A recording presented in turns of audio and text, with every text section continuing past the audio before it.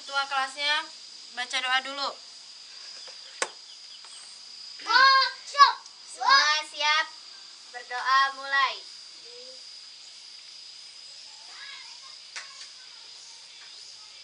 Doa selesai. Beri salam kepada ibu guru.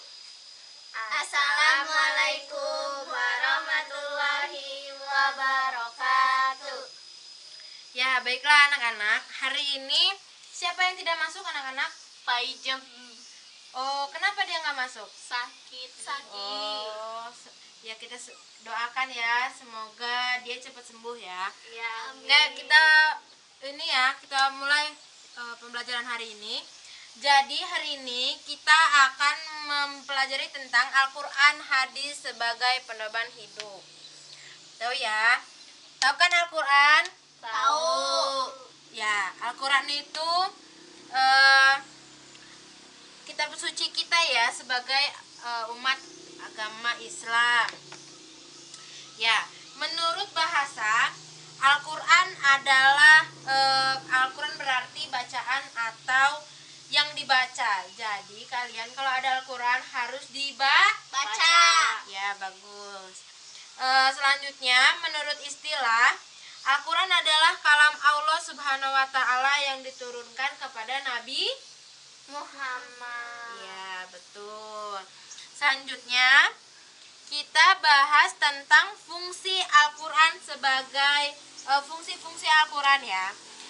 Fungsi Al-Quran itu ada 3. Yang pertama, fungsi Al-Quran sebagai petunjuk manusia. Yang kedua, fungsi Al-Quran sebagai sumber pokok agama Islam. Dan yang ketiga, fungsi Al-Quran sebagai pengajaran bagi umat Islam. Sampai sini ada yang mau bertanya? Saya Bu mau bertanya. Ya, silahkan.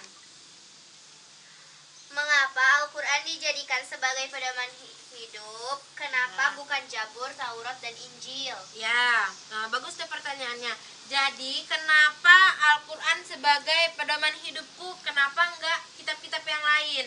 Itu jawabannya adalah karena Al-Quran adalah kitab yang terakhir sebagai penyempurna untuk kitab-kitab yang lain. Jadi Al-Quran itu adalah kitab yang paling sempurna di mata Allah Subhanahu wa Ta'ala.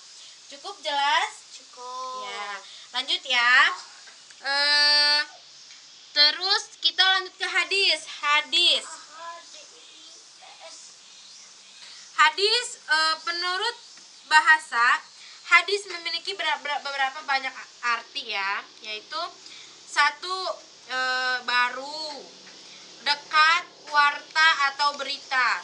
Adapun pengertian hadis menurut istilah ialah segala sesuatu yang disandarkan kepada Nabi baik berupa perkataan, perbuatan dan ketetapan. Jadi hadis ini semua perkataan, perbuatan dan ketetapan Allah yang disampaikan oleh Nabi Muhammad. Jadi semua perbuatan Nabi Muhammad kayak misalnya rokaat kita taraweh itu kan dapat dannya dari hadis ya. Lanjut ke fungsi hadis.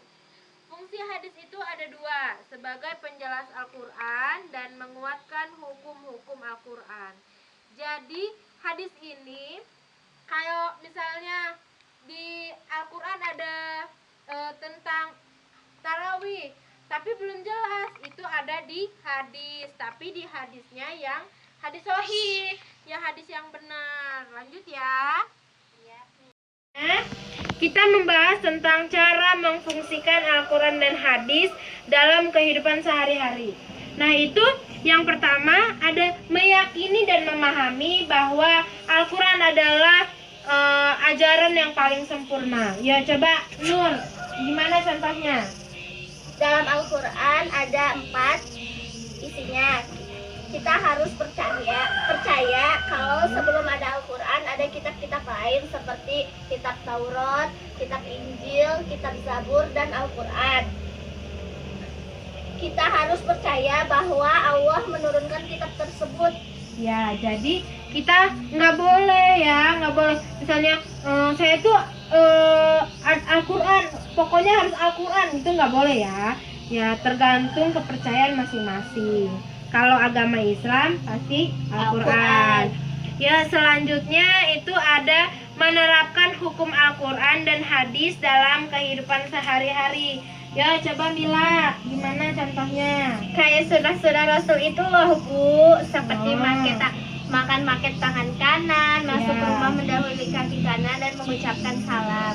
Oh iya benar. Kalau ada lagi itu contohnya kayak kita bersin harus ditutup tangannya, mulutnya pakai tangan, kayak gitu ya. Terus yang terakhir ada menyebar luaskan ajaran Al-Quran dan hadis. Yuk, Ken Rizky gimana contohnya? Contohnya kayak dakwah Bu. Ya benar, bagus.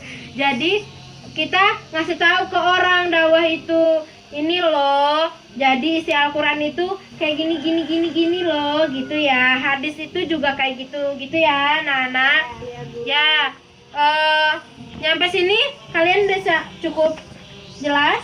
Jelas. Ada pertanyaan lain? Tidak. Oh ya udah. Kalau udah jelas, besok kalian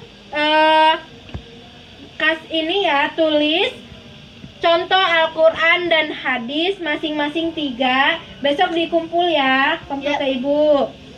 Nah ya udah.